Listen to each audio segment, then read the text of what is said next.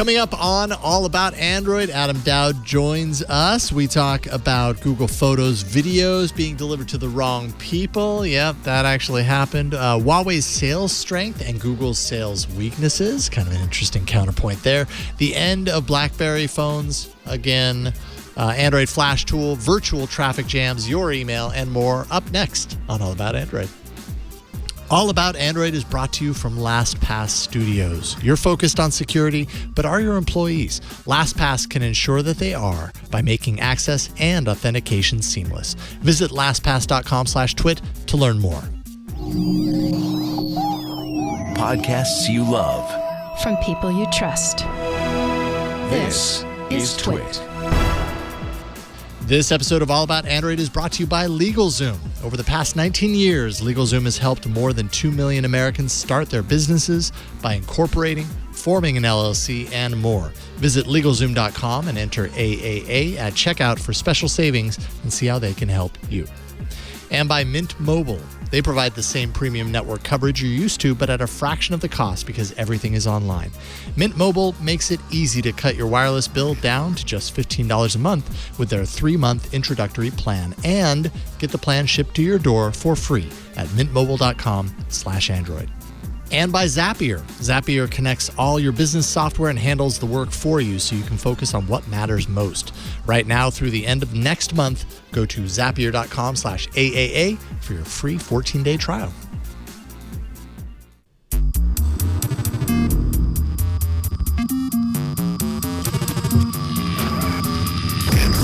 Hello, welcome to All About Android, episode 458, recorded on Tuesday, February 4th, 2020, your weekly source for latest news, hardware, and apps for the Android faithful. I'm Jason Howell. And I'm Ron Richards. And I'm not frozen. I'm Florence Ion. You're not frozen. Let it go, Flo. Let it go. Can't hold it back Admittedly, anymore. the only song I know because I haven't seen the sequel. But anyway. The sequel was not bad, actually. A little dark. But pretty good. That's what I heard. My favorite scene didn't get nominated. Did not? Did not. Oh. The song got nominated, not the movie. Yeah, I was about to say she's performing. Big snub. That is a snub. I don't know how you transition from snub into Adam Doud. Adam Doud. It's good to have you here. I was like, how do I transition? This is a weird transition. This just isn't going to work. How you doing, Adam? I am doing well, and I'm excited to be back. It's really cool. It's almost been like a year, and I was just telling Ron the last time I was on here, he had just had babies, and now someone else is having babies. Maybe you should have me on more often. We could help. We could populate the Earth. Just procreating over here. We just as you go away for a bit and you come back, and we just add more people. Look, life happens. Life happens. It's just the way it goes. Adam, it's good to have you back, freelance writer and podcaster in the Android space. Always great to have you on, and we really appreciate you taking the time. We were talking a little bit about Oscar snubs. I just want to say real quick, because it has nothing to do with Android. I saw Uncut Gems. Oh, so good, right? Did you VPN into Netflix? Is that how you watched it? It was so intense, wasn't it? Intense. I don't know why I did that to myself. My heart was beating the entire time. Anyways, so good. Talking about snubs, I feel like I never in a million years would have ever thought I'd say this, but I feel like Adam Sandler was snubbed at the Oscars. Well, now here's the thing about that, and I love the whole Oscar Academy kind of stuff like that. Yeah. He was great in it, but it's up to a studio to submit it, and A24 didn't. I don't think they knew what they had with that. I think that movie could be nominated for a lot of stuff, and if they don't submit it to the Academy, it's not going to get considered. So not so much of a snub as a kind of an oversight there. I think they thought it was a little movie that lesson to believe in yourself and to submit yourself for consideration. Yeah, we're all learning lessons about the Oscars here today on All About Android, not Oscar. All About Android. We're not changing the topic of this show. Anyways, we were talking a little bit about the Oscar. I wanted to throw that in because I just saw it. Great movie if you haven't seen it. But let's veer the ship back towards Android. And I gotta say, towards greener seas. A little bit light this week because I think we have a big event coming up next week that we're going to talk about.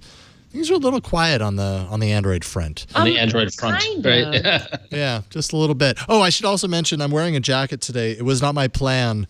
However, earlier in a meeting, it's probably dry at this point. Actually, It is dry. Yay. Earlier in a meeting, I dumped almost this entire water bottle on myself thinking that the lid was on. So that's how you wake everybody up during a meeting. That's how you do it in style. I'm going to go ahead and take my jacket off and jump At least into it was water. Oh, yeah, that's true. That's true. It didn't make it feel any better though. It felt cold and not good. But now I can drink my water and we can jump, Victor, to a very strange throw to the Android news. Here's hoping somebody in that meeting did an airplane Jason has a drinking problem joke. No one did that. I was kind of hoping somebody tragic. I was kind of hoping somebody in the meeting would have been recording it because I don't know. Sure. It's probably a good idea that they weren't. Well, the airplane references are getting less and less as time goes on. I'm hoping to keep them alive. The older kids, I mean, the younger kids just aren't watching. I made airplane references at work, and someone was like, "Oh, I watched that. It wasn't funny." And I was like, "Oh, that's not good." I hope you punch them in the throat. Yeah. Well, I can't really do that, but yeah. So. Or you could go, "Okay, Zoomer." Yeah. Yeah. Right. No. I don't know about that either. But. All right, Flo, you got the top story. Yeah, this one has been making a lot of rounds, and I actually found it kind of interesting because I was having problems with Google Photos today.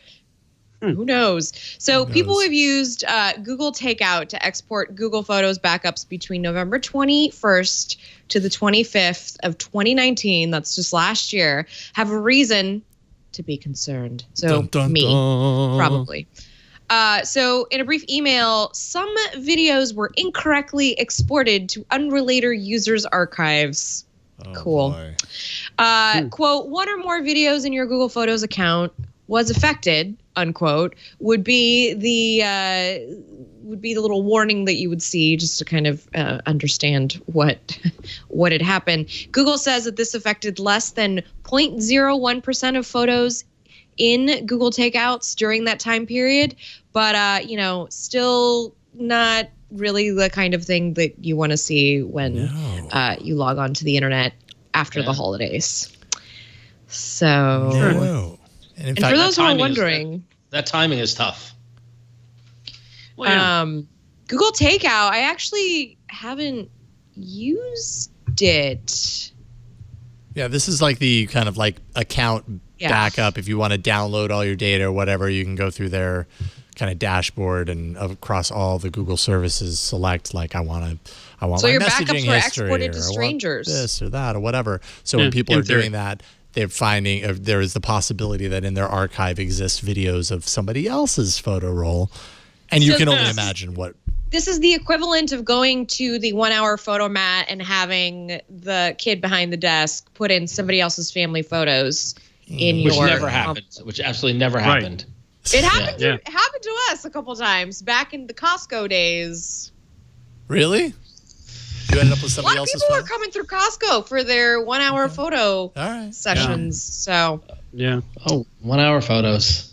So, cousin of Ja in chat is even saying that they got the email. So, this hits close to home. I did not get the email. I didn't do takeout on those days. And actually, I'm not aware. Is it that as a user you would get this email if you did takeout?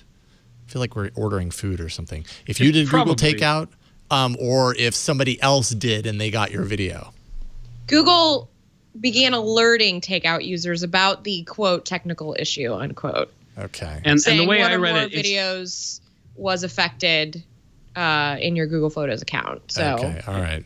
But and the way I read don't know it, that it was specific which of those. It seemed like it only happened. It seemed like it only happened to people that were actually doing takeout during that period. So presumably, if you were doing takeout during that time, you would have gotten the email. But also, if your stuff ended up somewhere else, chances are you would have already gotten the email because you were doing the takeout in the first place. If that makes sense. Yeah.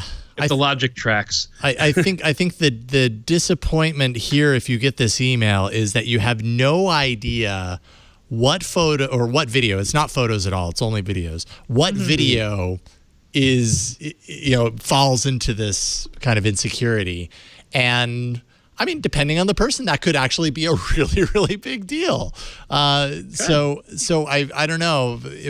I would imagine if this swept me up, I would want to know, because people take pictures of like social security cards or, very personally identifiable information. People take pictures of things that they definitely don't want people to see, and videos and all that. So you just don't know if you're receiving this video what that actually means. It also seems like Google really didn't make a big deal about this. They just kind of sent out an email like, oh, yeah, this happened. But it was a very small amount.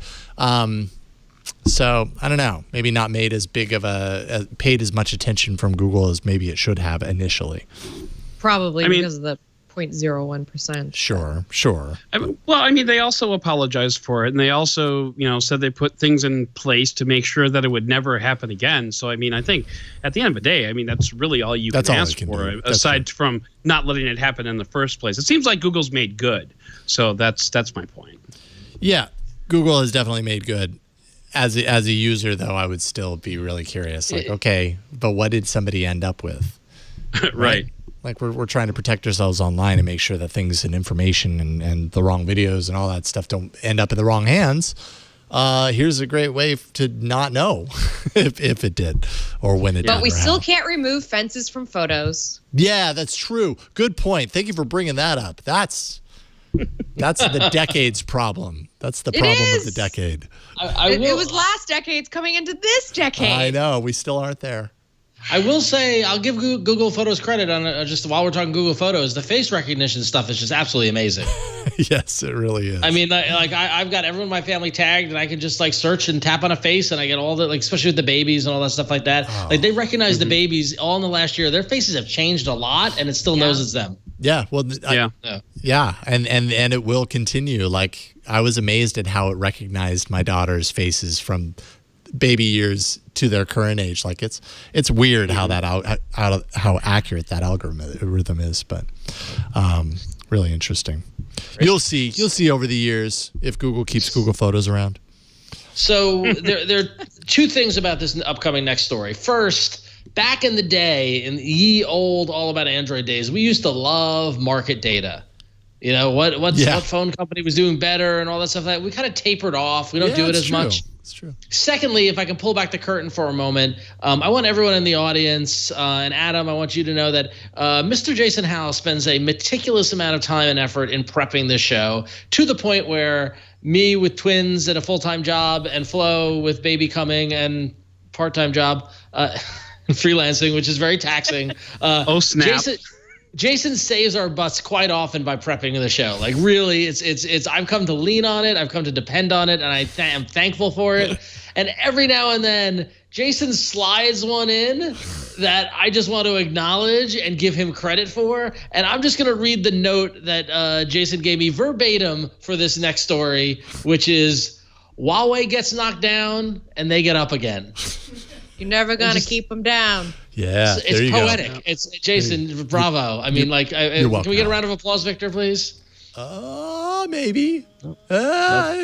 No. Not so much. Nope. Anyway. No. Well, I'm doing it. Hopefully he's prepping the sound effect for the hardware block. Yeah. Anyway, so Huawei coming on strong out of 2019. The research firm Canalys and Counterpoint Research posted global market share reports for all smartphones worldwide in 2019, and Samsung had the top spot with 20%. But guess who's the new number two? It's not Apple anymore. It's Huawei with 16%, and then Apple with 13%, followed by Xiaomi and Oppo's at 8%. So Huawei's success is due primarily to the huge push in the Chinese market, which actually makes up 60% of all their shipments. Half of 2019 shipments weren't affected by the U.S. trade ban, so they got them in before the political chaos happened. That said, this year, 2020, could be a different story with the ban in effect, as well as the health crisis and that's causing havoc with China right now. The current ban deadline is February 17th, 2020, but it's likely to be extended for the fourth time. And another report said Huawei sources insisted that they plan to go without Google services even if the ban is lifted. But later on, though, Huawei issued an official statement backpedaling on that. And they said an open Android ecosystem is still our first choice, but if we are not able to continue to use it, we have the ability to develop our own. I love the subtle threat. Like, we don't need you. We can do it ourselves.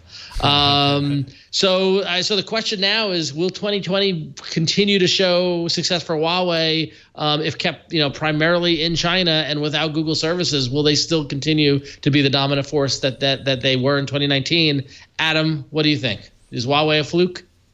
I mean, it's not a fluke. I mean, Huawei makes really great hardware, and there's a reason why so many people love Huawei phones. I mean, you look at the reviews for, I want to say, even going back as far as like the Mate 10, like it's been great phones, like, and great cameras, great hardware, great design, great everything. So, but you can have, a really great car, but if you forget to put an engine in it, that's going to be a problem. So when Huawei says that they're not going to use Google services, and when the first reports came out that Huawei said we're not going to use Google services, I mean, I could think of several words that jumped out of my mouth at that point, but I don't think I'm allowed to say them on the air. So, but needless to say, that seemed disingenuous. So Huawei should use Google services. Huawei should want Google services back. Otherwise, Huawei will quickly find itself being, once again, the number 3 manufacturer and then the number 4 manufacturer, and just keep on going down the list, because you've only can get so much momentum in China. Now, I'm not a business analyst. I don't speak business, but that's just how I see it. I don't see how selling predominantly to China is sustainable in a global marketplace. When Samsung can go anywhere they want, when Apple can go anywhere they want, I just don't see how China can single-handedly carry the load. Although at the same time, 60% of their business in China, that's a pretty sizable number, which is not to say that they could just sustain themselves entirely on that, especially with the machine that they've built up around Huawei. That would be a large scaling back, but that's pretty significant if 60% of your shipments are coming from that one country. I'm not sure that they could either. Yeah, isolated to just China, I'm not sure that would work. But do you envision, like, if Huawei is outside of China but doesn't have the Google services, goes their own way, as far as the OS is concerned and all that? Like, what if they prove everybody wrong and they create like a third kind of strong competitor in the mobile phone space? Is that outside of the realm of possibility? I mean, Microsoft couldn't do it. Well, that's a good comparison point. Yeah. I don't know. I feel like they kind of are, though. You know what I mean? Like, there are a lot of questions and stuff like that. But I mean, I guess it's just the sustaining aspect of it. But right. I think anything's possible, to be honest. Yeah. Yeah. Sure. Well, we will certainly see, won't we? Won't we? Meanwhile, Google's own hardware isn't doing nearly as well by comparison. Alphabet earnings for Q4 2019 highlighted a decline in hardware revenue. They mentioned during the earnings call Nest Mini and Nest Hub Max, which sold well over the holidays. They specifically mentioned that. They also said that the Pixel 3a sold well during the year, but there was no mention of the Pixel 4, not at all. Hey, fun fact. Surprised? I went to a newborn baby class this last week, and there were 2 moms-to-be with Pixel 3As. With 3As? Purple ones. All right. Nice. They know what they're doing. Yeah, and I was like, because, I go to a newborn care class, and instead of looking at how to swaddle a baby, I'm saying what phones everyone's using. Yes, of course. You're paying attention to the important stuff, Flo. Yeah. Swaddling a baby is gold, by the way. Pay very close attention to that. It's hard though. It's hard. It is. It took us weeks to find the right. Not so much the that was all about babies, but not so much the swaddling, but the right swaddle to put it in. We went through like 5 of them. Well, you have to put their hands up now. It's not like the way you used to do it. Anyway, yes, we can talk about this all episode. Yeah. Anyway, cool. But anyway. 3A, that's all you need. Okay, so the 3A sold well, and now I wonder if the Nest Minis actually sold well, or just sold well by comparison. Well, or are they just going by how many units were pushed? You see what I'm saying? Yeah, it's a good question. There were a lot of sales over the holidays where, buy this, get a free Nest Mini, buy this, get a free. So, I mean, units sold versus units forced out on customers is a slight difference there. Well, but and Pawned versus off. revenue, because if you're slashing those things down to $30, Yeah. Right. but I guess they don't cost that much to make in the first place. I mean, really, Well, when you it's also a loss leader. You get somebody, you get them in with the low price, you get them in the ecosystem, you get them hooked on it, and then next thing you know, then the next version comes out, like, ooh, I want that. Then they spend the money to buy it. Yeah, or there's the comparison or the point of comparison of, from the loss leader perspective, kind of the hardware matters far less than all of the data that they're generating by having these devices in homes. And as we know, data is incredibly valuable in today's internet marketplace. So that's I already how have Google one makes in the my majority baby's of its room. money. But by the way, speaking of homes, have you noticed the Chromecast warning before you Chromecast to a Google Home now? No. So I just started getting this on my phone. And I don't know if this is a OnePlus thing or what. But it's got to be an Android level. When I choose to when I swipe down the notifications, choose Cast, and I connect to any of my Google Home devices, I now get a modal, an overlay. I can show you. It looks like that, Yes. And it's the Chromecast icon with red, and it says exposing sensitive info during casting/recording. It says while recording or casting, the service providing this function can capture any sensitive information that's displayed on your screen or played from your device, including sensitive information such as audio, passwords, payment info, photos, and messages. And then it gives you an option to cancel or start now. So it's like an extra, are you sure you want to cast to this device kind of warning, which wasn't happening previously. So that's interesting. Yeah. I get that when I'm using Screen Recorder, my Screen Recorder app, and I get that when I'm casting the window of the smartphone. So versus using a casting symbol from within an app. From within an app. Yeah, that makes sense. Yeah. Oh, that makes sense. Yeah. Sometimes I cast from Chrome OS, from the Chrome browser, because the video or whatever that I want is not castable, right? Kind of thing, right? And so that's when that thing pops up. It's very interesting that you're getting it, because it's been popping up a lot for me too, for other apps and things. Yeah. I wonder what happened to make Google and that's go. the alert that comes up when you're casting your whole screen, because they want you to know you're putting this over a Wi-Fi. Right, yeah. So I use that because I have an app that I want to play audio for, but doesn't have Cast in it. And so I use the Cast button to get the audio to the thing. It's the D Park radio app, so I can play Disney theme park music in the background when I'm playing with my babies. I love that. Sweet. All right. Yeah, you added the with my babies at the end there, and because I could also see you just using that app to play music from the Disney theme park. It's good dinner music. You wouldn't be wrong. You wouldn't be wrong. They have a few channels. One channel plays by the way, it's an awful app. I would never bring it to the arena, but they have a channel that just plays a stream of all basically recordings of the attractions. They have high quality recordings of the Haunted Mansion and all this stuff. But then they have another channel which is just all the background music loops that play when you walk down Main Street or in the restaurants or anything like that. They're fantastic. So I really like this random song that's playing in the streets here. Well, yeah, no, Listen, Main it's better Street than Baby Shark, right? Yeah, it's all instrumental versions of Music Man plays and songs and they do Part of Your World all the time and God. But anyway, it's nice. It's whimsical. Yeah. It's whimsy. I don't know. Maybe you should think about bringing it into the arena. No, it's an awful app. Easy win for everyone else. Yeah. You tap on a screen and it doesn't load. And you got to tap it again and then it redraws the screen. It is janky as jank. All right. Barely does what it promises.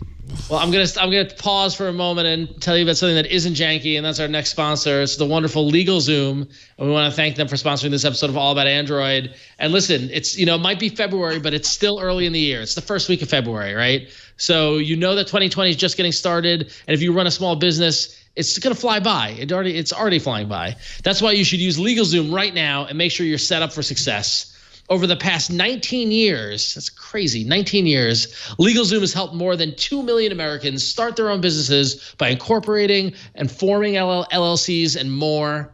But even after your business is set up, LegalZoom can still help you out with a lot more. Things like lease agreements, changing tax laws, and reviewing contracts all play a part in running your own business. And you've probably started a small business to do what you know how to do, and that's probably not contracts and things like that. You need a hand. You need some help. Those are precisely the kind of hurdles that can take time away from growing your business. So don't let that happen. LegalZoom's network of independent attorneys and tax professionals can provide advice to address these things and more, and you'll never get charged by the hour since LegalZoom is not a law firm. So this is what you're going to do. You're going to go to LegalZoom.com today and enter promo code AAA in the box at checkout for special savings. That's LegalZoom.com, promo code AAA. LegalZoom, where life meets legal. Thanks, LegalZoom. And good luck starting that business, everyone. Kick butt in 2020. Yeah, kick business butt. I just realized I could use LegalZoom now because I'm having a child and I'm going to need to have a will. By the way, I was reviewing the doc and I was like, oh, LegalZoom's a sponsor. Honey, we really need to do the will thing. You need to do it. There you go. Ding, ding. That's audio confirmation. Thank you, Victor. I appreciate that. Now they'll do it. Now that they've heard the bell, they'll do it. Yeah. All right. With that, it's time for hardware.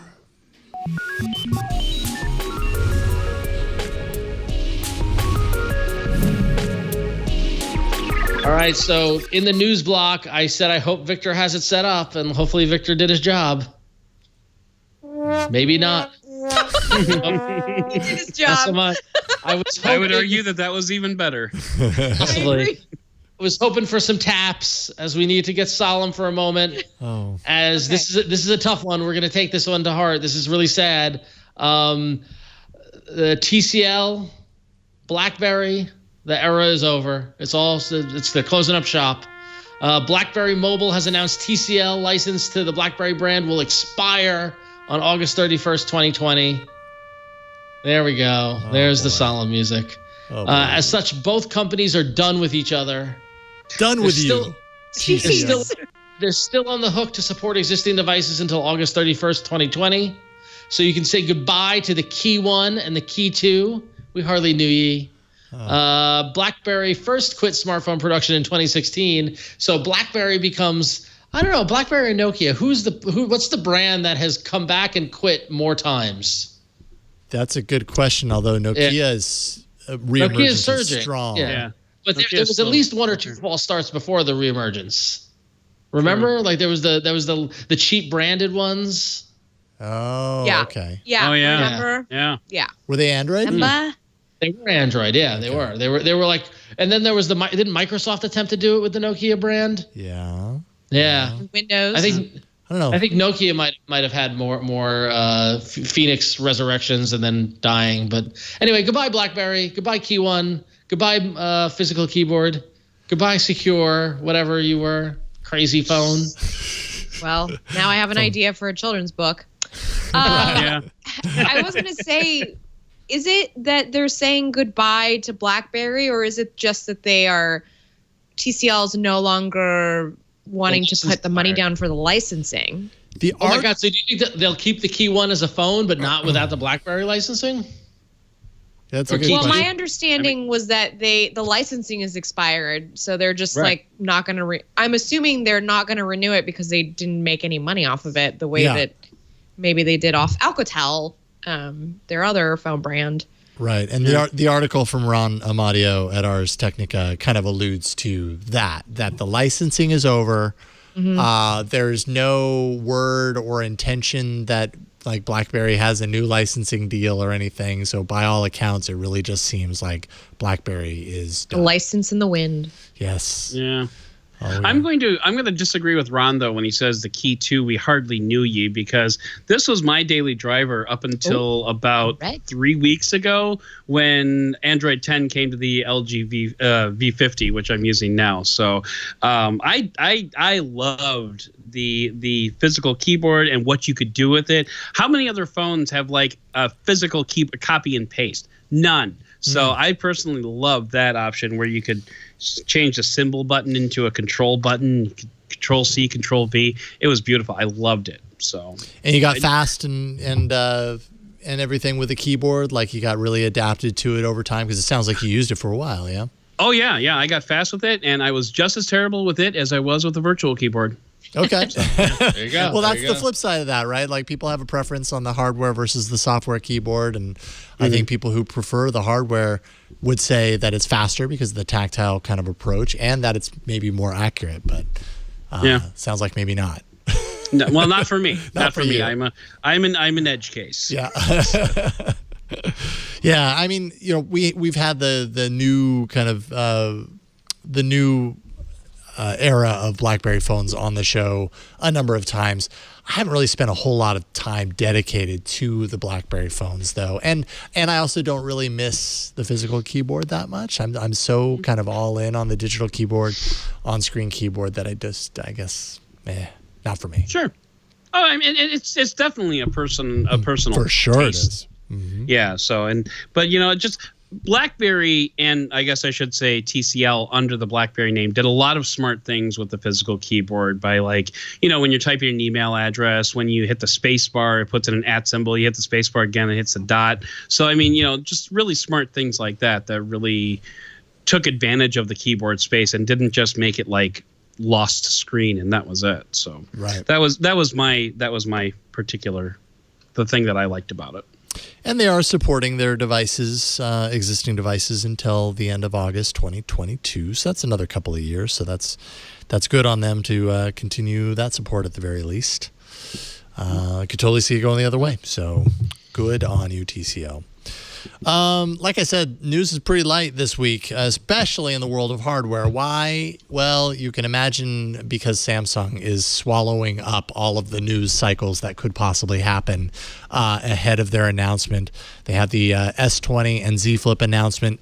The Unpacked event is next Tuesday. So for next Tuesday evening's All About Android, we're going to have all the legitimate details straight from the horse's mouth. But until then, we just have rumors and leaks. And at this point, pretty solid rumors and leaks.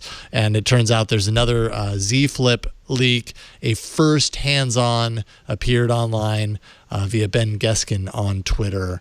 And it just, it's a pretty brief kind of hands-on showing the phone being kind of flipped open from the clamshell, kind of showing it around a little bit and slamming it shut, which makes it, again, this form factor, if it's not good for anything, it's really good for hanging up angrily. So at least there's that. I can't wait. Oh, I can't wait. But you're going the Motorola I don't. right? I'm impartial. I mean, okay. Right now I'm leaning towards Motorola, but any of them that can flip, that you can hang up angrily on somebody, yes. I'm on board. So yeah, I mean, we they should be advertising it like that. Yes, that's true. Yeah. Have it just be a montage of people getting upset at the person they're talking about, and then just a bunch of them one after the other. There you go. Yep.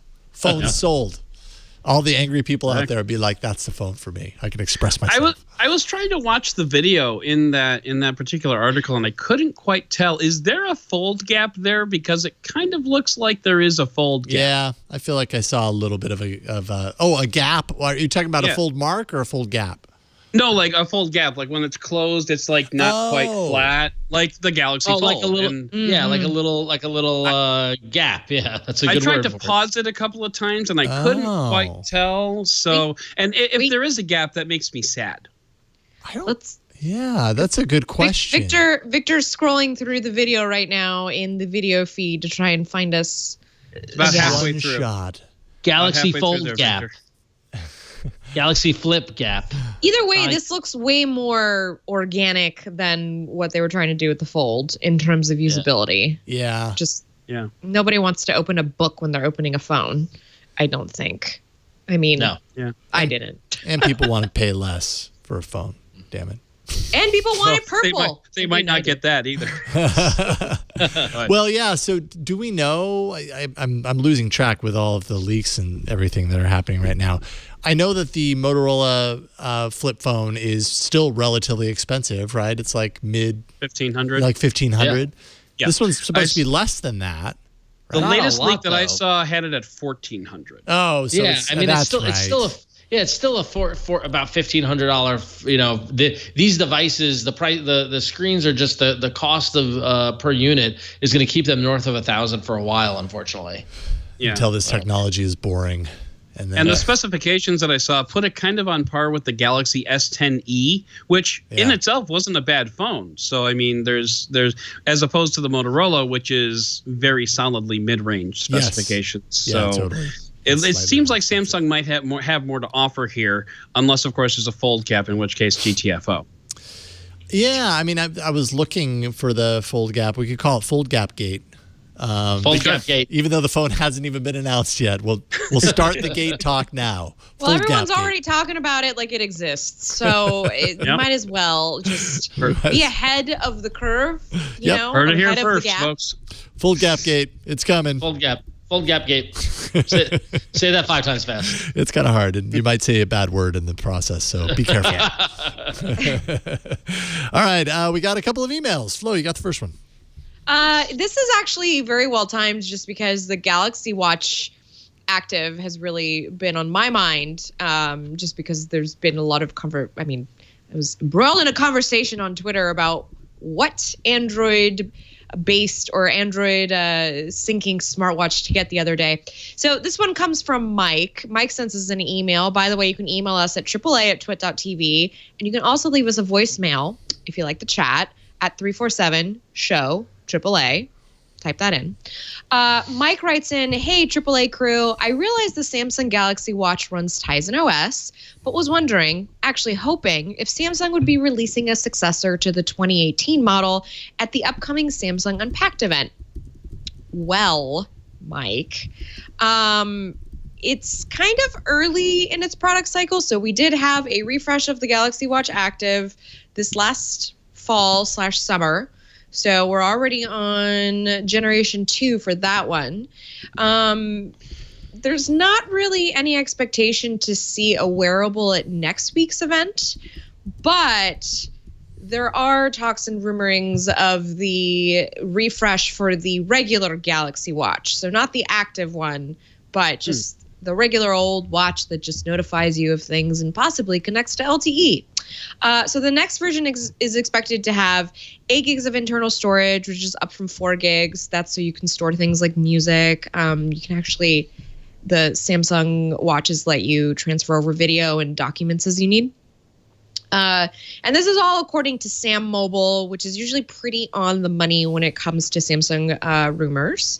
Another report also revealed that it'll have a 330 milliamp battery, up from 247. So just a little bit longer. And already the Samsung watches, they have pretty good battery life compared to some of the Wear OS watches out there. But that's kind of all the information that we have for now. Typically, what's happened in the last year or so, Samsung's done its own, like, as an aside, watch announcement. I think last year they did the Active alongside all the other stuff during Unpacked, but we haven't seen a lot about any new wearables just for this event. There's been a lot of just focus on the next Galaxy S20. I have to remember what the number scheme is now, and the foldable phone. And maybe it's best for Samsung to do that, because I feel like their stuff is going to sell with or without, you know, a flashy keynote. So yeah, kind of sounds like maybe we'd hear more about this at the Note event later in the year, and it might be something to look forward to then. Maybe. But you I think you were saying on Twitter just yesterday that you're, like, how much of a fan you have been with the Galaxy Watch Active, right? Yeah, I'm actually now I'm writing about it this week. Basically, how good it is at what it does. I think Samsung's been it's really been the only player that's focused on health in the way that Apple has with the Apple Watch. And I'm just speaking from this anecdotally and just what I've talked about with other folks in the industry, versus Wear OS, which is just, it's been very, like, aesthetics focused and very, like, assistant focused, which is not my concern. I need data. Yeah. So. Yeah, you do. We all need a little data. Hey, before we continue on to the next email, I want to thank Bleak for posting a photo where it's kind of like the fold gap on the Z Flip. It's like it's reached Sasquatch territory. Oh, Yeah, breaking news. Oh my. This works. We can breaking news this. Nice to see that's in the TriCaster. Thank you, Victor. So breaking news, Bleak has posted a photo that appears to confirm a fold gap. Fold gap. That's looking pretty fold gappy. I don't know if that confirms it though. I don't see daylight on the other end of it. Not to be a contrarian here, but that looks like darkness. But the No, thickness it's kind of gappy. the thickness of the darkness up the top versus the bottom looks a little different. Yeah. Maybe it's the low res video. Maybe it's the Sasquatch photo. I don't know, but I don't know if this confirms a fold gap. I'm sorry, Okay. I can't give it to you. I just can't. I definitely. I think what Ron is saying is the ruling on the field has to stand because there's not enough to turn it to call it back. Yeah, I get what that. I would like I to get see that. is I would like to see daylight through and through. That's what I want to Okay. see. Yeah. all right. You want to see a true gap, like Yeah. Okay. All You right. know, this reminds me of back in the early aughts when I used to actually use the pockets on my phones. When I would go to shows and I had a flip phone, I used to put the flip on the pocket. So I would flip it. I would cradle it around the pocket Like- lining kind of thing. Yeah. Like the hold on to Yes. it. So- Yes. Like a clip? And so this is just bringing me back to a time that I lived What a time to very be alive. I would, if I may offer a little advice, don't do that with these phones. That would be terrible. That would be They're really, way too really expensive. bad. I mean, back then the phones were a lot. The phones seemed expensive back then too, but now, like, But yeah, Well, they're by always comparison- expensive. I will never forget. My father sat me down once and explained. Listen, computers are $500, $1,000, and $1,500, and what you get for those price range changes, but they're always that price range. Yep. And that's the case. About It's right. like yes, they were several. You know, the Motorola Razr was several $100s, but that was the price at the time. So, and I'm reminiscing about my phones. I never owned a flip phone. I never owned a Razr. I never owned a KeyTac or StarTAC or whatever it was. Yeah, I never. Wow. I was always a chocolate bar phone guy. interesting. I had a landscape flip phone. What was that one called? It was an L. Like the QWERTY. Galaxy Yes. Fold. No. Close. Yes, I was ahead of the curve. No, Flo, you it had was a- a full QWERTY keyboard kind of, but Hmm. kind of a tall phone. But then when you folded it out, it had like speakers on both sides. Was it the chocolate, the LG chocolate, maybe? It might Yeah. be- that sounds right. That sounds right. LG. Flo, you must have had a sidekick, right? I did not. I really wanted one but I Okay. didn't have one because I've always been on Verizon. I wasn't on T-Mobile, and they were the ones that carried that. But I always had flip phones from the StarTAC up until The the Razr. very end. I think it was the Voyager. Thank you. Wait. I had the LG Voyager as well, and I loved that. That's how I posted to LiveJournal from the mobile web. It all goes back to LiveJournal. Jason, what was the thing we used to? What was the Tech TV thing that we used to? That Kevin? Oh man, what was it? Was it Text America or whatever it was, where you could send text messages? And it was like a precursor to Twitter. Like, oh man, Oh what was man, that I called? have no idea. I don't. It might have been Text America, I think it was called. It was like it was basically a site that you could post stuff from a phone via texting or whatever. Yeah, there it is. Yep. A Moblog. Do you remember A that? Moblog. That's right. Yeah. Text America was one of the first online photo albums or Moblog sites that allowed users to upload pictures directly from a digital camera phone. Oh boy. Yeah, things have I remember changed. that. A Yeah, Moblog. he's right. That's And there was a way that you could do it so that you can send photos to Flickr from your phone. You Yes. can email them, and then it would publish to LiveJournal. I remember Oh that. wow. Wow. Yep. You used to have to jump through fiery hoops to make this happen. Yeah. Mobile Well, was all a the dangerous young world folks back listening then. to this right now are like, who are these people I know. reminiscing I about? also remember at the time thinking it was immensely cool and like, wow, this is the future. And I really hope the name Moblog doesn't stick. Oh man, so happy Moblog is not a thing that everybody throws around every other Not sentence. good branding. Not good. What about branding. Flowblog? Flowblog? I mean, There you go. I got the Flow feed. It's fine. yeah. I like Flowfeed better than Flowblog. Yeah. Flowblog. All right, cool. Got another email from Rob from Vancouver in British Columbia, up in our neighbors to the north in Canada with their universal health care. In episode 457, All About Snake Wrangling is the episode title, in case you're curious. Jason mentioned feeling a little isolated at times walking around on the streets wearing his Jabra Elite 65T earbuds. I felt the same way until I read the manual. Jason, did you know, 1, if you just use the right earbud, and it only works for the right one, and keep the left one in the case, then you get mono, leaving your left ear open to the outside world. Yes. This is a little hack. So Jason, you knew that. You're aware. Yeah, okay. Yes. Okay. I don't do it very Jason often. Jason lives a life in stereo, man. You can't put him. I was gonna say Totally. Yeah. So I like both my ears to deplete evenly and not one to take the brunt of it. Although I do prefer the wall of sound. So there we go. Mono. Yeah. If you number 2, Jason, if you double click the right earbud, either when wearing both or just one, then it toggles the noise cancellation off and on so you can feel less isolated. When I'm outside, unless I want to bury myself in music, I just have the right earbud in and noise cancellation off. It's great for listening to podcasts. Jason, were you aware of this? Yes. It's like a pass-through microphone that lets your environment in, and for whatever reason, that just doesn't work well for me. I don't like that. I read the Jabras are not very good at allowing ambient noise in, as opposed to some of the other ones that are on the market. But I will say the one earphone thing is the way that I shop at Home Goods. Yeah, definitely. If I'm somewhere like that, I need to be aware. That's what I usually do, is the one. Because people really want you to move out of the way, apparently. Yeah, no kidding. Apparently, it's like they want you to pay attention or something. Hey, Flo, why don't you come to New York and ride the subway? That'll be great. Yeah, I never wear headphones on the subway in New York because I know that I'm just gonna.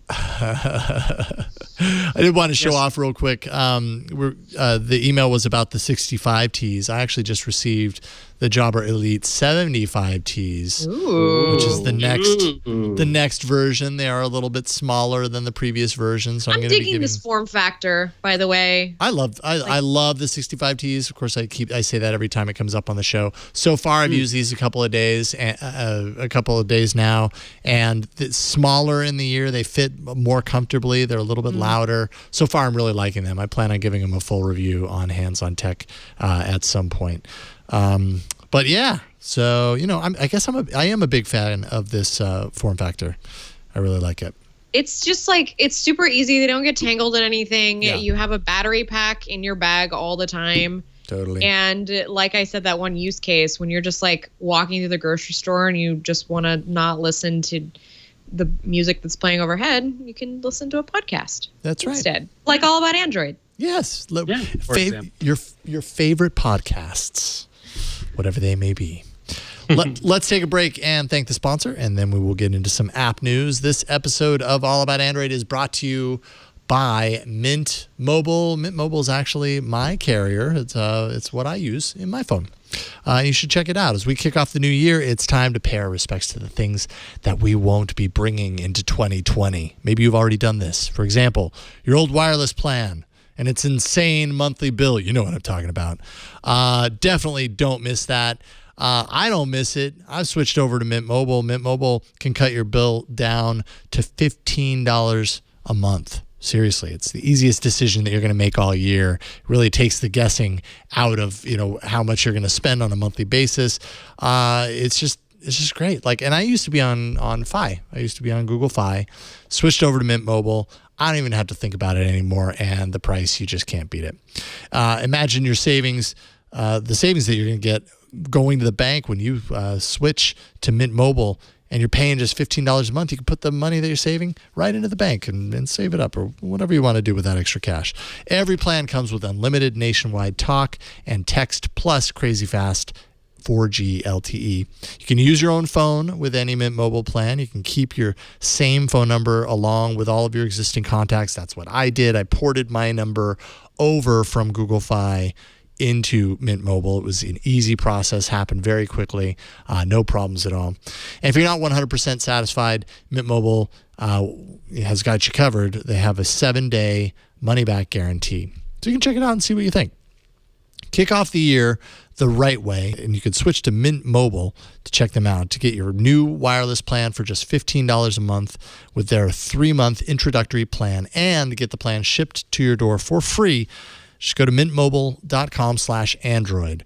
That's mintmobile.com/Android, and you can cut your wireless bill to $15 a month with their 3-month introductory plan. One more time, mintmobile.com/Android. We thank them for their support. And now it's time for some apps.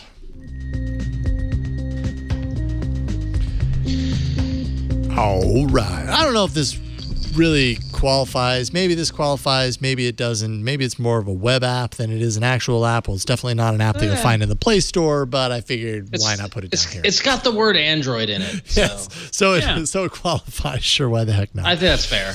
Google launched Android Flashtool, which is a site that you can go to, flash.android.com. You go there, and it's an online tool that will flash AOSP Android builds to pixels, basically pixels 2 and up. So if you have a Pixel 1, you're out of luck on this. But if you go there with a Pixel 2 and up, you can, through a web browser, flash AOSP builds right to your phone. It does require a browser that supports Web USB, so Chrome 79, Edge 79, either one of those work. And once you're connected, through the USB into the computer, it actually lists the available builds for the device and provides an easy install path for checking out AOSP builds. So you just need to make sure and enable OEM unlocking in your developer options before this can actually be done. But man, I just remember how difficult stuff like this has been in the past and continues to become easier and easier. Adam, were you a big Flash, like a ROM flasher at any point? Are you still now, or has that changed? Never. Actually, this is one of those stories where I was like, "Don't pick me, don't pick me, don't pick me." No, I never really did that, because I'm much more of like a hardware kind of design kind of guy. I've never been like the geeky, let's dig down and like pull out the guts of the phone and reorganize it the way I want to. I never wanted to like micromanage my phone. I usually just kind of go with whatever the defaults are. I'm a terrible person to ask about this, but I understand that there is a very, very vibrant community that is all in on this, and God bless them, because they are the ones that are making my life easier. People like me who don't want to go in and do all that, they're the ones that are going in and making the changes, and then Google says, hey, that was a really great change, we should probably do that for everybody. And then they do, and then I smile. And so I would like to say thank you for doing that, and I would also like to say thank you for Google for making flashing easier and more accessible to all. Mm-hmm. Yeah, it's cool that just becomes easier and easier. They are not supporting tablets or Chrome OS Android flashing for those who might think about doing that. But neat nonetheless. I haven't tested it myself. I don't know. I might dive into it and kind of take one of my Pixel phones and see what it's all about and see how easy it is on my own. If there was ever anything that was up your alley, Jason, it sounds like this. Like this seems, given the old ROM flashing and stuff like that they used to do, this is right up your alley, man. So I haven't flashed a ROM on my device in years, and I haven't in so long. Oh man, I remember when I was flashing ROMs all the time. Oh, those were the days. Yeah. But I remember there was a specific time where I felt like I was flashing a new ROM on my device like every 2, 3, 4 days. I couldn't not do it, and I don't know why. It was it was kind of an obsession there for a while. So I'm happy to not do that anymore. I don't have the time for it. Tears. What's that?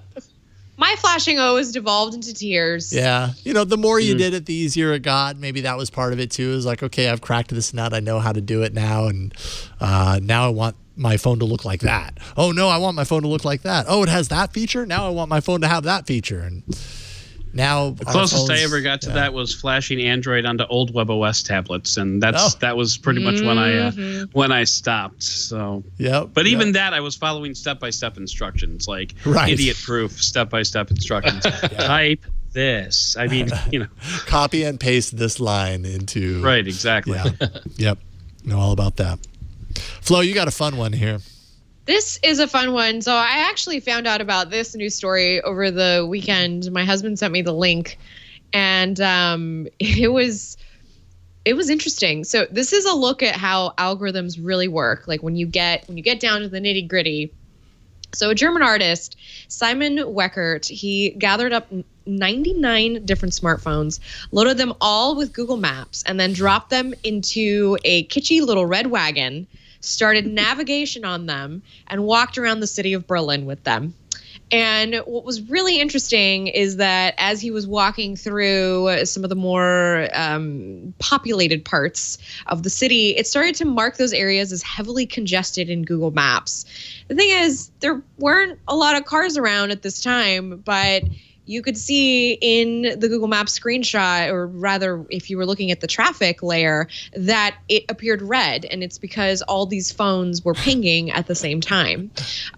He stuck to smaller streets and avoided rush hour, so kind of just show what the real world effects would be like versus, doing it at a time when it would probably be very accurately red or black.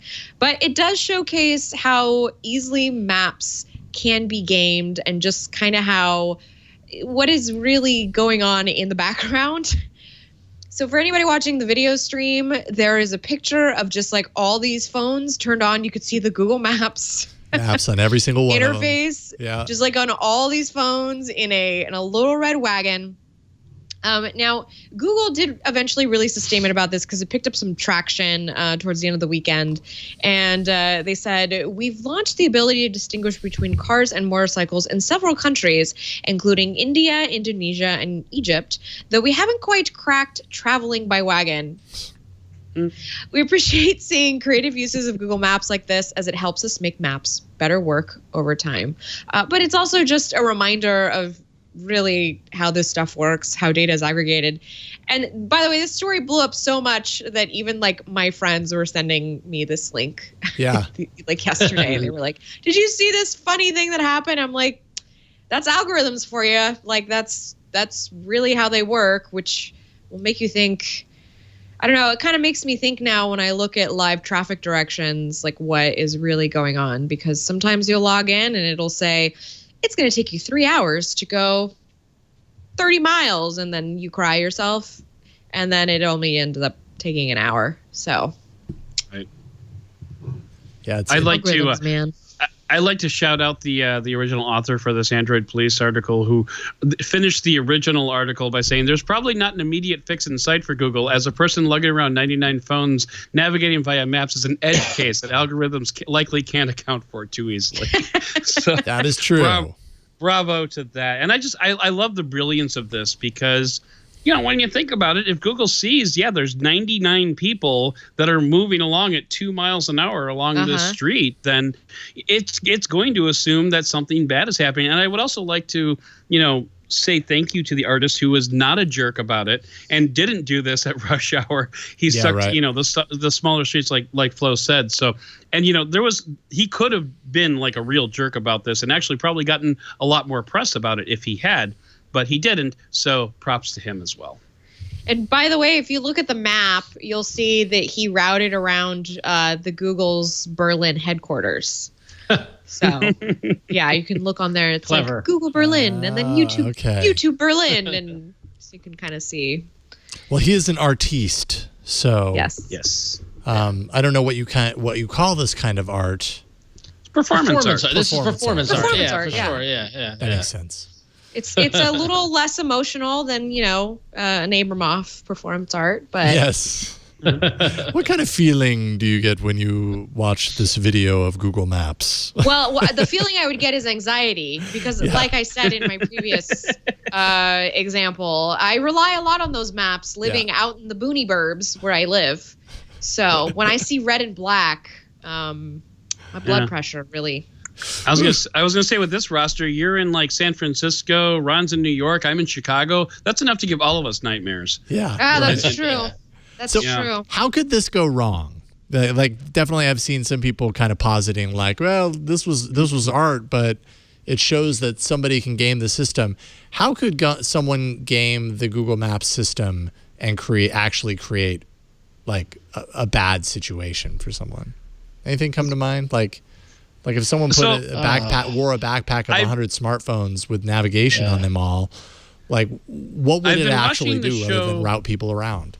I've been watching old episodes of the show Leverage. I don't know if you guys remember that show from the early 2010s, where basically a bunch, like 5 criminals all come together and like do good things and like take down bad people. And I could actually, this is the kind of thing that I could see them doing, like loading up phones into backpacks and like sending them out in like 4 different directions just to get their target to go like down the route that they want them to go because Google Maps tells them to do it. I mean, you could do that, but I mean, this is also related only to people that only use Google Maps, because it didn't say that like something like Waze was affected. And I know I live in a split household. I'm Google Maps. My wife is Waze. So, you know, it's you would definitely not get everybody that way. And you're also relying on people blindly going where Google Maps tells them to do, which, you know, if you're local, you probably can like look and say, there's no reason why that street should be that busy. I can probably just go that way,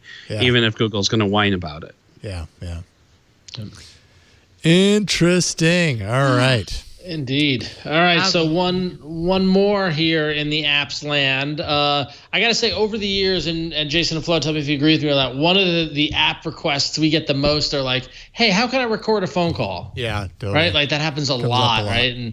And honestly, there's no real killer app, and there's a lot that can do it, but it always looks like it's got a janky UI and all that. Anyway. Or it requires root. That was always a big problem. Exactly. Just not good. Luckily, call recording is coming very soon to Google's phone app. How about that? If you got an Android phone, you're going to have it natively on the phone. An XDA teardown allowed them to activate the feature. The record button appears in the in-call user interface, and recording stored in call log. And it's possibly able to transcribe it after the fact as well, which would be interesting. And activating a recording, a warning details requirements on consent from both parties. It also plays a pre-recorded line to the other party to let them know this call is now being recorded, followed by call recording has now ended. And this feature is expected to work for all devices when it does go live. So native call recording with the legal consent warning type thing. That's pretty amazing. I never thought I'd see the day. Yeah. Especially in such a privacy-focused era that we're living in right now, you wouldn't think that, you know, Google would. I mean, although that's probably the reasoning for the messages themselves to say this call is being recorded, but it's just like with everybody so hyper conscious about security and privacy, it's kind of a weird move for Google, if you ask me. Yeah. Interesting timing. Obviously, laws and regulations around this differ by state as far as like consent. Like I think in New York, it's a one-party consent system, so only one party on the phone call has to know that it's being recorded, and then it can be recorded without notifying everybody or something like that. I might be misunderstanding that, so definitely look into it before you go recording. There's a very calls informative Wikipedia article that'll tell you what your local laws are. Yeah, it's different all around, but it is an interesting feature to just suddenly bring to all phones. I felt like it was super difficult for years, primarily because of that reason, because the laws around it were so vague and different by state and hard to control. And so I kind of got the feeling that Google made it difficult to discourage this in the past, and then to come back around and be like, actually, we'll offer it in the app. Now, you know, like you said, Ron, there is some sort of pre-recorded notice that says this call is being recorded. Similar to what you might get if you call like an automated phone system and it tells you that right before you connect to an operator. So the notification has been delivered at that point. But yeah, it's an interesting feature to just hit all phones sometime soon. Don't know when it's going to happen though, but seems like it's around the corner. Interesting stuff. All right, let's take a break, thank a sponsor, and then we will jump into the arena. 4 apps to show off this week, and that's coming up next. But first, this episode of All About Android is brought to you by Zapier. Growing a business is hard. It is not easy to grow a business. You don't want to be wasting your time every day moving data from emails, then into spreadsheets, to your CRM, to wherever you need it to go. It really should just happen, and that's what Zapier can help with. Zapier has over 1,500 apps. It's the easiest way to automate your work. You focus on what matters most, which is connecting all your business software, which allows you to engage your leads instantly, automatically import new customers, notify your team about opportunities, do all sorts of things. It's really kind of up to your imagination and the apps that you're using and ways that you can interconnect them to be super powerful for you. Zapier is also more customizable. They support multi-step zaps. So there, the possibilities are even more endless.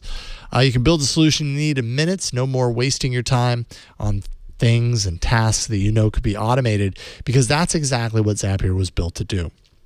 Just go to zapier.com/AAA, and there you can connect the apps that you use the most, and then you're letting Zapier take it from there. Best of all, it's easy to build the exact solution that you need in minutes without writing code or even asking a developer for help. You're not going to have to bring in a developer for help here.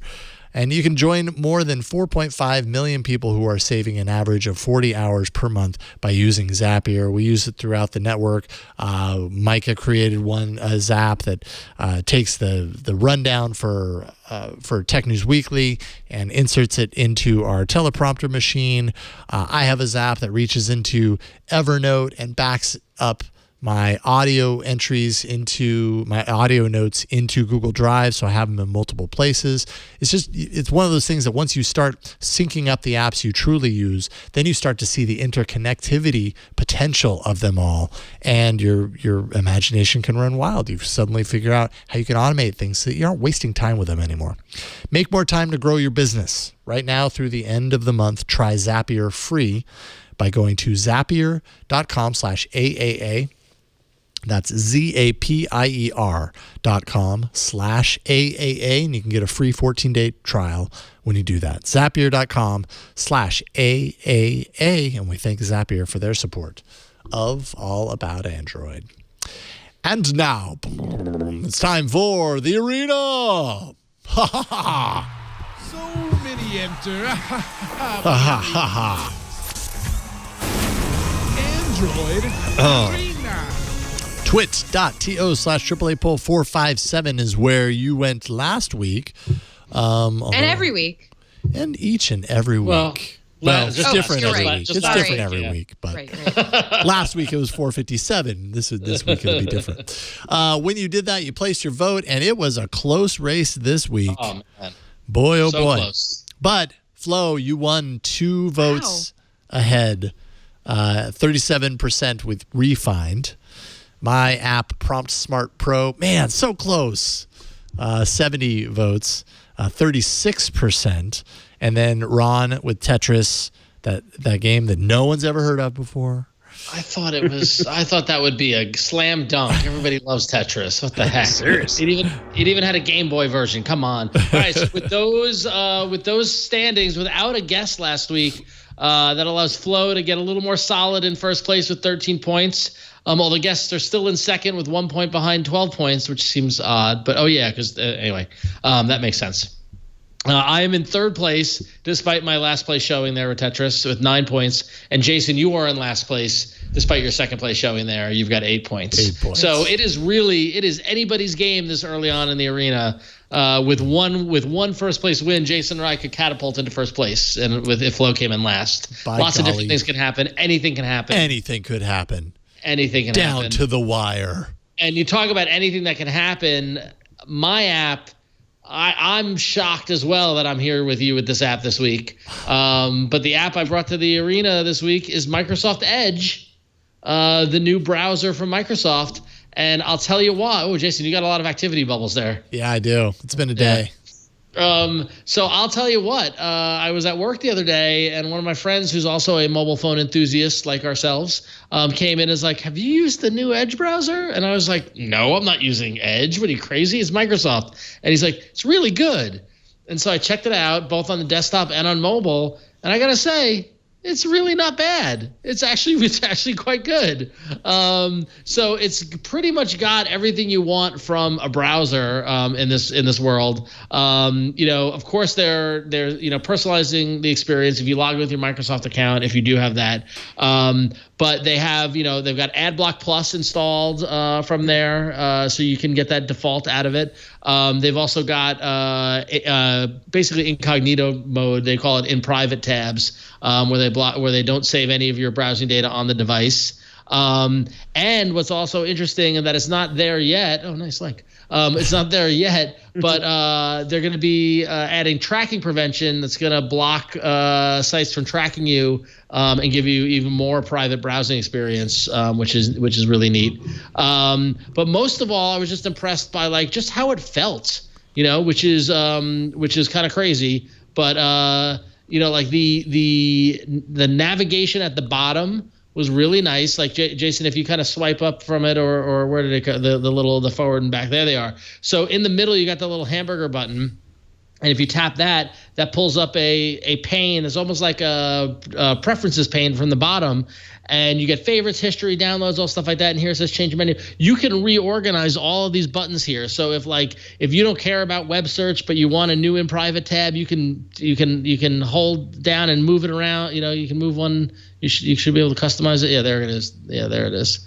But you can move these buttons around based off the ones that match your browsing preferences, which is really neat.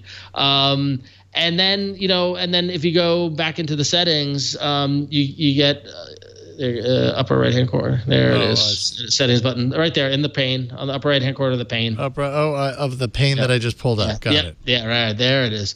Right. So all this stuff you can adjust as you would, any other browser, but you can change the search engine. Don't use Bing just because it's a Microsoft browser. You can change it to Google. That's not the end of the world. You can even use DuckDuckGo.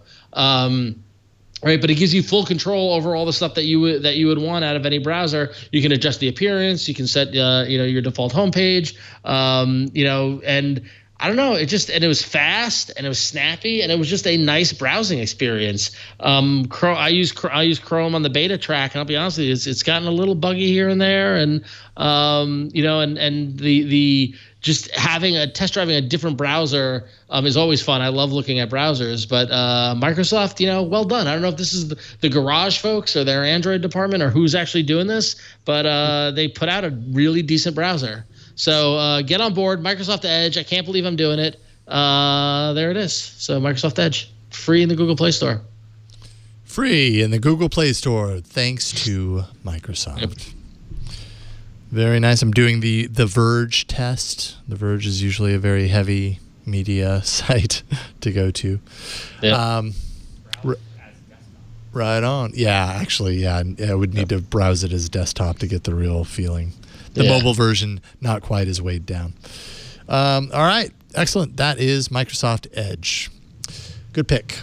Yeah. Wow, I do have a lot of bubbles on my screen. You really do. I mean, it's disturbing.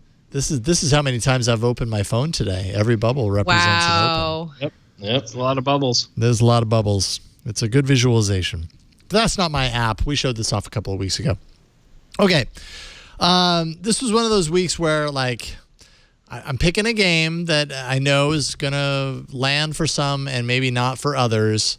But it was a game that I saw on Instagram in an Instagram ad. And so I totally fell for it. But then I was like, oh, that kind of actually looks interesting. I'll check it out. And then I find myself playing it every day. I'm like, damn it. Oh, they got me. So, if you need a game to waste some time with, that's for some reason really satisfying. It's maybe not the most creative game in the world. It's called Bricks Ball Crusher. But, 7 days in a row. I never do that with games. This is my 7th day in a row. What is going on with me? I have a problem. So the reason that this is such an addictive game for me right now is there's something really satisfying about how the ball popping system works here. So how it works is you have all these blocks in a maze. And I mean, there's hundreds and hundreds and hundreds of levels, right? I'm only at like level 66. There's way more than I will ever play through. Each block has a number on it. And basically that number represents the amount of times a ball has to touch it before it disappears. And you can see down here is a little ball that I can extend anywhere around here, kind of a familiar game mechanic that we've seen in a lot of mobile games. So you have this little guide, and the idea is that every play, those boxes will move down based on what is not removed. So if I shoot here, I'm going to turn up the volume too, because some of the sounds can be kind of fun. Oh, I have the sound turned off. That's right. You don't need to hear it. And so it's kind of chaotic, right? Like I have a certain number of balls in these kind of supply down here, 53 to start with. Sorry on the glare there. So that's basically 53 balls that will shoot out when I let go after I aim. And you saw a number of them disappeared. So, sometimes it's good to kind of get this sort of thing going on, because you get a lot of hits that way. It ends up hitting a lot of other boxes along the way. And you basically just kind of do this to clear the screen. It gets a little stressful as things get, a little bit further down. Obviously, there's that's a snowball thing up there that eliminates certain things. There's some of these bricks have different powers, gems that, yes, is kind of like part of the in-app game purchasing. I did pay to remove ads on this, because if you don't, you get a decent amount of ads in this game. But it's free that way, so, keep that in mind. And I think paying to remove the ads was something like $4.99. And so I don't have to look at ads in between every level, that sort of thing. But you get opportunities to, and I can't believe I'm putting it that way, you have an opportunity to get power-ups by watching an ad. So if you don't mind giving them more money by sacrificing your time, or maybe you need to go get a cup of water while the ad plays, hey, I wouldn't be offended with that. Whatever. But anyways, the game mechanic I just find is addictive enough that I end up pulling the phone out and playing this when I'm kind of bored. And let's see here. Let's do here. Okay, so I'm doing a power up on this one. I can't remember which one it is, and it's not telling me what it is. Oh well, whatever. See, isn't that fun to look at? Yeah, that's what it's all about. Bricks Ball Crusher might not be for everyone, but again, like I said, I keep playing it, and I don't know why. Please help me. I need help. Bricks Ball Crusher. That's my game. All right. Adam, I have your app installed. I'll show it off while you talk about it. Okay. Well, first of all, I'd like to say I never downloaded Bricks Ball Crusher because they're one of those people, Instagram ads that do the whole my girlfriend comparisons, where it's like, oh, I'm really terrible at this, and my girlfriend's so great at it. Yeah, I hate those. I didn't know that. Yeah, that's why I've never downloaded that one, but I have seen those ads. So I went with an app called Canva, and I started using this about a year ago or so. I am, obviously, when I freelance and I'm doing podcasts and writing and stuff like that, I often need to create imagery, and I need to create, fairly complex imagery, and, kind of like a thumbnail for like a YouTube video or something like that. And I suck at that. So I recognized that, and I found Canva to help me out. Canva has a ton of different templates and things for Twitter posts, for Instagram posts, for flyers. I wrote up a resume in Canva once upon a time, and what it does is it just gives you a really nice way to design something that with overlays, and you can make it as complicated as you want or as simple as you want. I just recently they started introducing animated social media, different things to it. So it's really cool. And the reason I like it is because it's kind of like Photoshop for dummies, because it gives you they have a lot of graphics that you can use, and they have some graphics that you can buy. So, beware in-app purchases and whatnot. But they have a lot of free graphics that you can use, and and you can also import your own graphics. So you can now the mobile version isn't quite as extensive as the desktop version, which is what I use. It's actually a browser-based version of there's the water that we mentioned from before.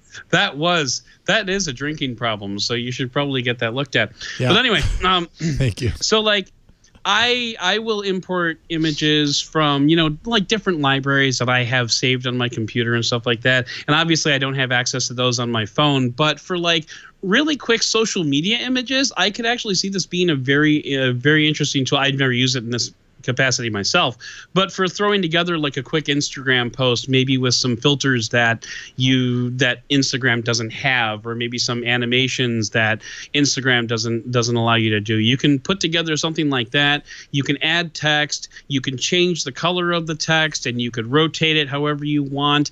And and like I said, you can make it as easy or as complicated as you want. If you just want to throw down a thing and like throw down some text on top of it and call it a day, you can. But you can also like change the layers. So you can change it so, one layer appears before another, and you can change the transparency of different layers. So if you wanted to, take a picture of something and then fade it out and then take like another picture of something else and put that on top of it and then throw in some text captions. It's a really powerful app, a really powerful program. Like I said, I predominantly use the browser-based version just because I import a lot of graphics from my computer that I don't have on my phone. But it's a great ecosystem, and your designs from one obviously transfer over to the other when you have an account signed up and stuff like that. So I use it. I wouldn't say daily, but I use it quite often to just kind of punch up the normal graphics that I would normally put on like an article or a podcast cover or something like that. So, so that's my spiel, and that's why I kind of dig it. Nice. It is called Canva. And Flo, it looks like in chat you were saying that you've used this before as well. On Chrome OS. Oh, okay. Oh, okay, yeah. Well, because the Android app, and then you have the stylus, and you get to maneuver a little easier. And this app is also really popular among, influencers. Wow. Those people. Hey, those are my people. Don't. Are they? Well, not the ones doing the detox fit teas. I don't like them. That's bad. All right, Canva is the name of the app for influencers. If you are an influencer, download Brick's Ball Crusher and put a promo on Instagram with Canva. There you go. And then navigate there with the Edge browser.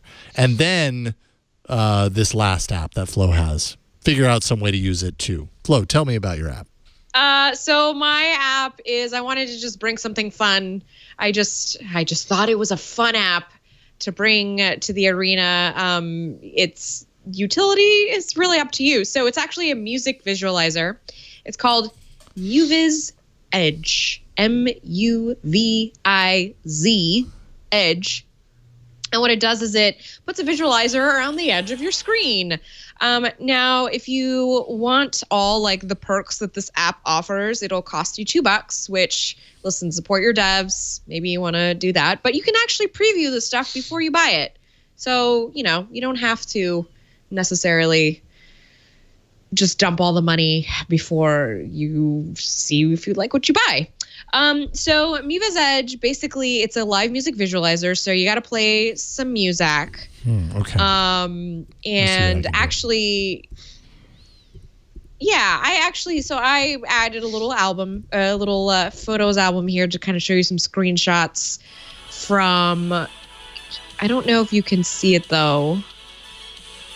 Oh, okay. So I took a little screen recording to kind of show how the visualization is, but I don't know that it's showing up. Yeah, it's not showing it. That's interesting. What song is that? So this is in the end. It's just, I just put up some like synthwave, just something dancey just to kind of like show the visualizer on the screen. I think it's because Google Photos, the way that it cropped it, is not showing it, which is, thanks a lot for sabotaging me today. No, I'm going to play it. I'm going to play it on my computer, hopefully. Well, actually, play it on your phone. Oh, it doesn't do it through the speaker? You need to play the visualizer on. You need to play the music on your phone. And the thing is, the visualizer will work. So it works with Spotify. I tried it. It works with digitally imported. It even works with like music that's playing from an Instagram story. So if somebody has like a story overlay, and it's playing music, you'll see the visualization like pop up, and it looks super cool. Oh, there we go. Yeah. So and then you can go back to the app. No root required. It's just you have to give it notification permissions. That's all you need to allow it to do. And then what you can do is you can customize the palette. So go ahead and choose a line. These won't stick. These won't stick around once you leave the app, just because you haven't paid for it. But for right now, for demo purposes, it works. And so if you're going to chase around, go ahead and tap on the pen icon. And this is going to let you select different options for this visualization. So just go ahead and tap around. Okay, go to the next one. Thickness, make it real thick. Go to the next one. Length. Make it real thick. Yep. Yep. And this big and long. Oh, and then neat. you can kind of scroll in that. I'm pointing at the monitor right now, by the way. Like, you kind of scroll in that little area of the interface, and it'll let you like go through the different options. And then at the, maybe that's all you can do. Okay, save it just for funsies. Saved. Yeah, and then at the bottom there's colors. And this one's kind of cool. So if you are in an app like Spotify, what it will do is it will sync the color scheme to the album art, which I actually did apply. I did put a screenshot of that in the Google Photos album if you just want to see what that looks like. There we go. And so it will kind of pick up the main colors from the album art, and then you can auto apply this. But you do have to pay for that particular feature. There's also a feature that lets you sync it up with your wallpaper, which is kind of neat if maybe you have a grayscale theme or something and you want to keep it going. Or you could just make your own color palette based on what you like. But again, you do have to pay to unlock that. And so once you've done all that, you just play music and it just hangs out around your screen. It doesn't really eat battery. I haven't had any problem with that. It's just kind of, but you do have to remember, if you don't want it to pop up, you have to kind of shut off the app. But at the same time, it is kind of fun to like pop into Instagram and have this visualization playing when somebody is like, playing Disturbed in the background of their Instagram story. So I don't know. I just thought it was a fun little visualization tool. A visualizationator, as they say. They never say that. That's a technical. No, it's a technical term. I learned that in college. Right on. I love it. That's great. So that app is Muviz Edge. You can check that out and play your favorite songs and have it be all swooshy and lasery and stuff.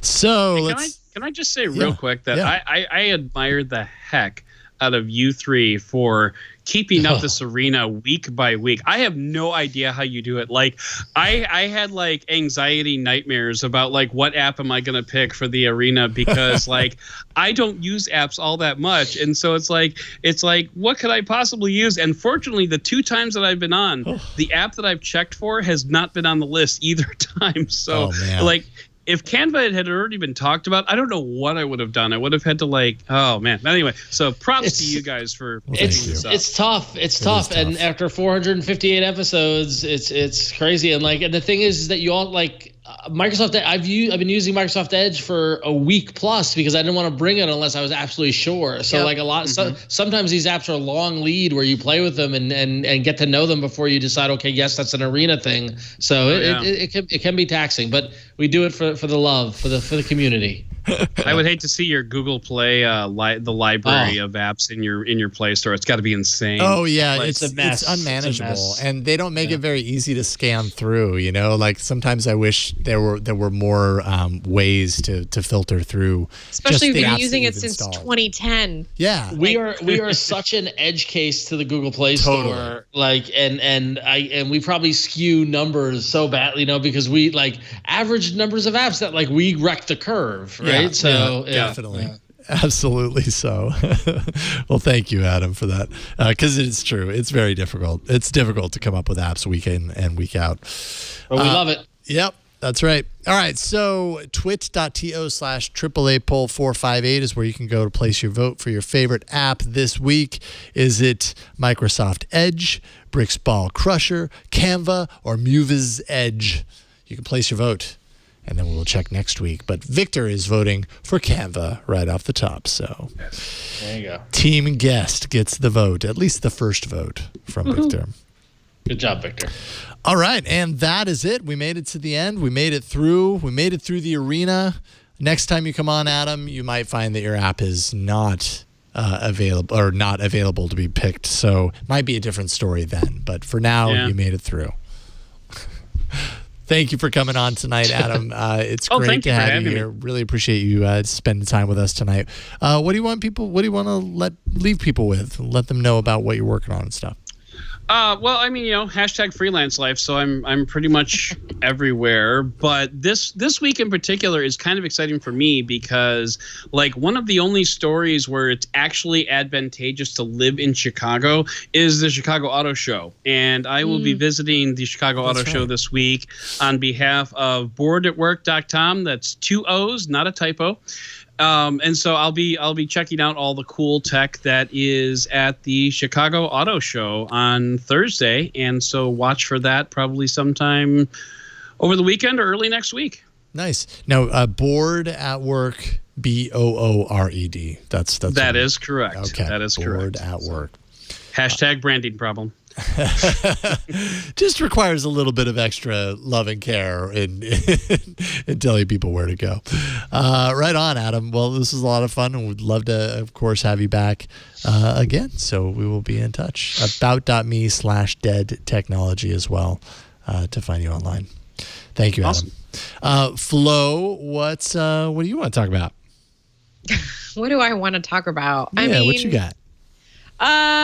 Listen, I promise I'm not working anymore next week, okay? Okay. This is it for me. It's just this week. I'm finishing up some things. Some opportunities came that I just had to take on. And you know what? I'm going to do it. You will see me podcast basically until this baby decides to arrive. And then I don't know. And then I don't know where I'll be. I'll be with the baby. Yep, I think probably so. I'll be here, just not here. So you can expect to see me here until I'm not here, and then I'm back again. That's right. Cool. So until then, just kind of stay tuned to florenceion.com. I will be updating it. It is my blog. I plan on updating this pretty soon, actually, because I've written a bunch of stuff since I last updated it in January. And then, honestly, techpod.com.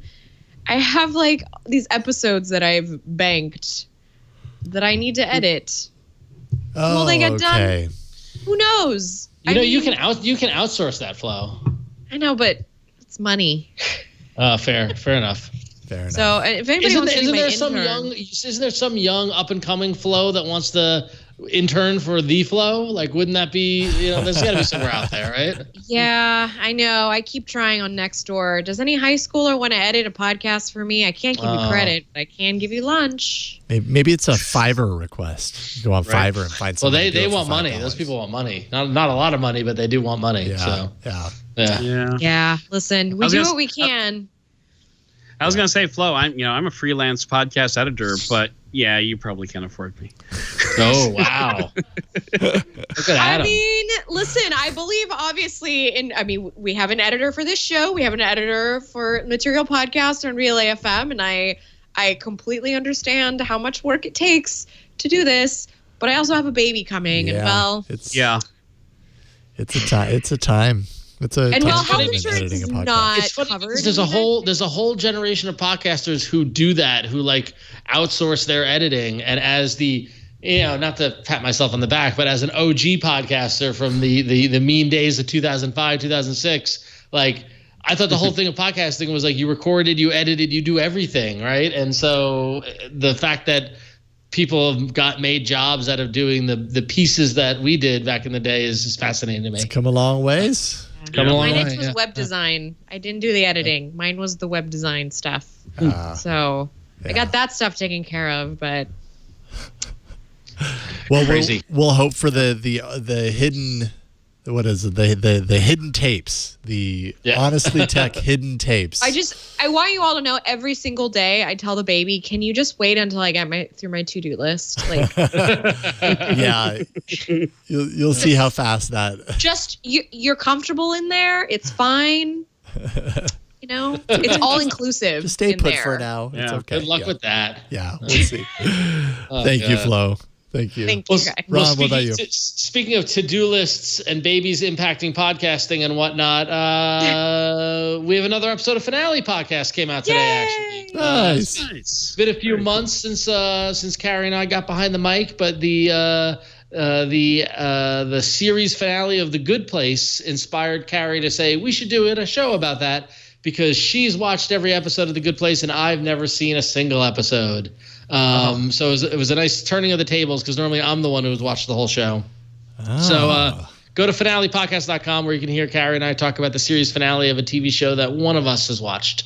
And it's fun. We had a good time talking about The Good Place. Is it different for you dropping in at the end of a series? And very much so, because all I really had on this show was watching the series finale and all the inane internet love for the show over the past 3 years. Right. So the pre-watch discussion about what I know about the show was amusing. So so if you want to listen to that, please do go to finalepodcast.com, subscribe, and we appreciate it. Thanks. Right on. Thank you, Ron. And thank you, Victor. Thank you for the sound effects that worked this time. And the breaking news bumper worked too. It did. I'll tell you about that later. All right. That was a hack. Oh, I got you. Okay. It did seem kind of short. Now I think I understand. Also, thank to Jeff, who was in here earlier as the engineer in the studio. Appreciate his work. You can find me on Tech News Weekly, as well as All About Android and some other things that I'm working on that I'm not ready to talk about yet. But I do have things in the cooker. Things in the cooker. Not as important as your things in the cooker, Flo. Thanks for using that metaphor. Yeah. Oofa. Yeah, sorry about that. Twit audience survey, if you want to tell us how we're doing, maybe tell me like I shouldn't have said that. It's cool. You can do that. twit.to/survey20. You can let us know what you think about how Twit is doing, things you like, things you want to see more of, all that kind of stuff.